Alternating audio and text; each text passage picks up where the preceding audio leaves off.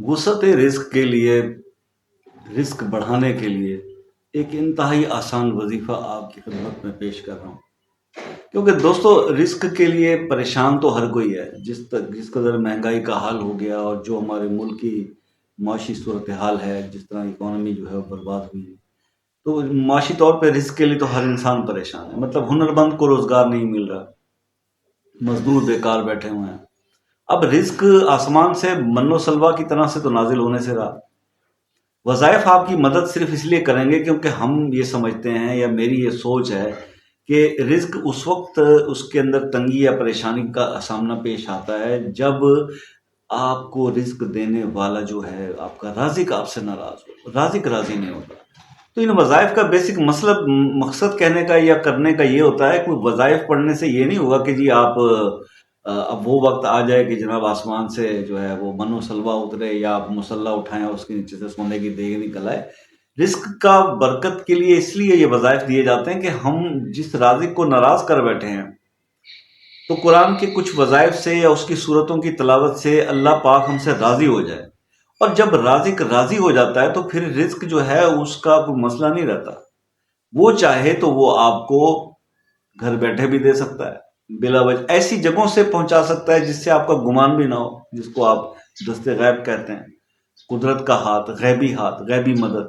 یہ سب کچھ انسان کو میسر آ سکتا ہے، لیکن اس کے لیے یقین کامل و اعتماد اور اس کا ایمان کا ہونا بہت ضروری ہے۔ ایمان کی کمی، کمزوری اور کوتاہی کی وجہ سے ہم لوگ ایسے مسائل کا شکار ہوتے ہیں، تنگی رزق کا شکار ہو جاتے ہیں، رزق سے برکت اٹھ جاتی ہے، تو مال کی کمی کا شکار ہو جاتے ہیں۔ ہم نے خرچ تو کرنا چھوڑ دیا اللہ کی راہ پہ۔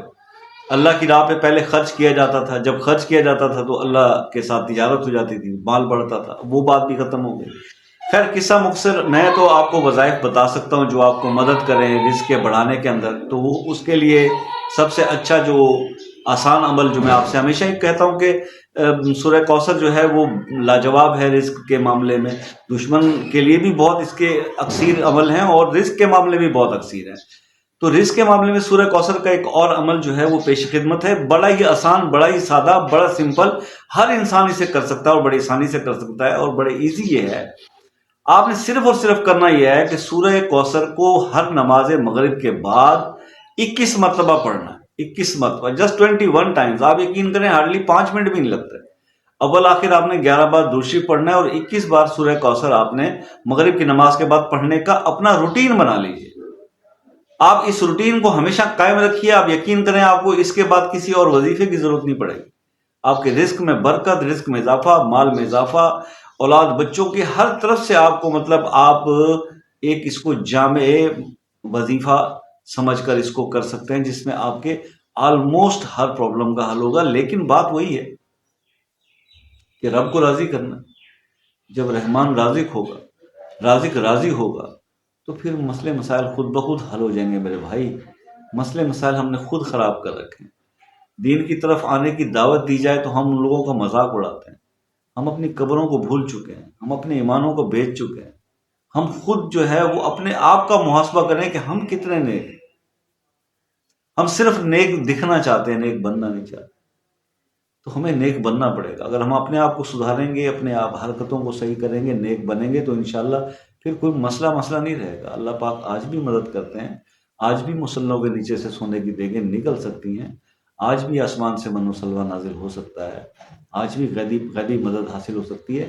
صرف اپنے ایمان اور تقوی کو مضبوط کرنے کی تھوڑی بات ہے۔ ہمارا تو یقین کامل بھی ابھی اتنا، وہ کہتے ہیں ہمارا توکل بھی اسٹرانگ نہیں ہے، تو اپنے توکل کو اسٹرانگ کریں، اپنے ایمان کو مضبوط کریں۔ اللہ تعالیٰ آپ کے مسائل حل کرے۔ ملتے ہیں نیکسٹ کسی ویڈیو میں، تب تک کے لیے اللہ حافظ۔